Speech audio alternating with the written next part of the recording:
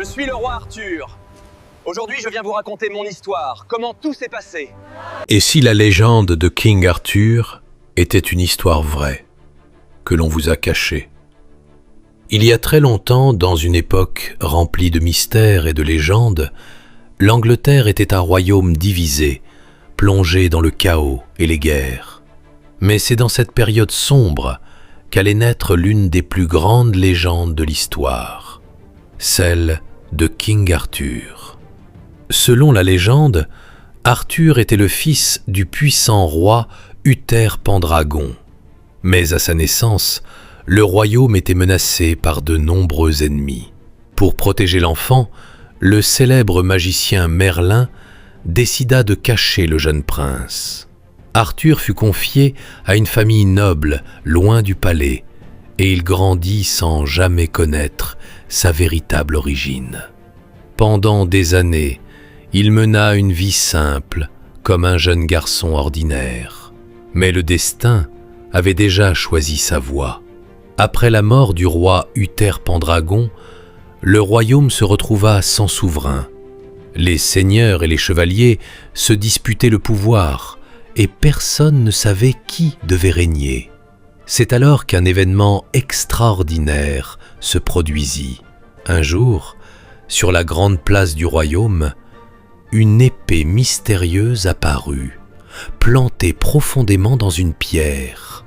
Sur la pierre était gravée une inscription. « Celui qui retirera cette épée de la pierre sera le véritable roi d'Angleterre. » Les chevaliers les plus puissants essayèrent, les plus forts guerriers tentèrent leur chance, mais aucun d'eux ne réussit à retirer l'épée. Un jour, le jeune Arthur, qui n'était encore qu'un simple écuyer, s'approcha de la pierre, sans ambition, sans imaginer ce qui allait se passer. Il posa sa main sur l'épée et d'un simple geste, il la retira facilement. Cette épée était la légendaire Excalibur. Le peuple comprit alors que le destin avait parlé. Arthur fut couronné roi. Sous son règne, un grand royaume vit le jour autour du château légendaire de Camelot. Arthur voulait un royaume juste où le courage, l'honneur et la loyauté seraient les valeurs les plus importantes. Pour cela, il rassembla les plus grands chevaliers du royaume. Ils formèrent un groupe célèbre dans toute l'histoire, les Knights of the Round Table. La table ronde symbolisait l'égalité.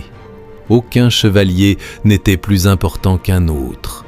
Tous étaient unis pour défendre le royaume. Parmi eux se trouvaient des héros légendaires comme Lancelot, Gawain et Percival.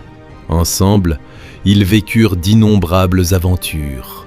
Ils combattirent des ennemis redoutables. Ils protégèrent les faibles.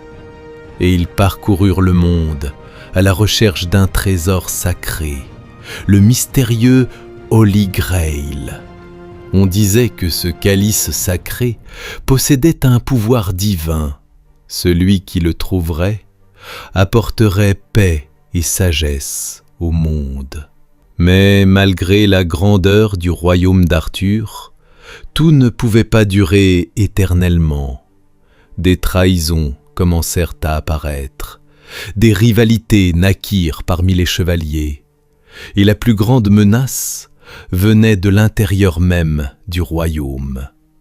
Un homme ambitieux, le neveu du roi, nommé Mordred, décida de trahir Arthur pour prendre le pouvoir. Une terrible guerre éclata. Lors d'une grande bataille finale, Arthur affronta Mordred. Le combat fut violent. Les deux hommes furent gravement blessés.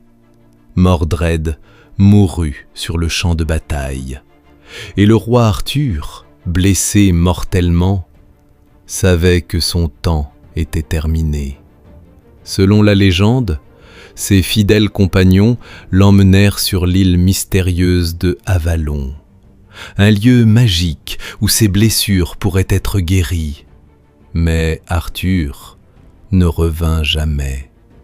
Et pourtant, la légende dit qu'il ne serait pas mort, qu'il dormirait encore quelque part sur l'île d'Avalon, et qu'un jour, si l'Angleterre a de nouveau besoin de lui, le roi Arthur reviendra, car certaines légendes ne disparaissent jamais.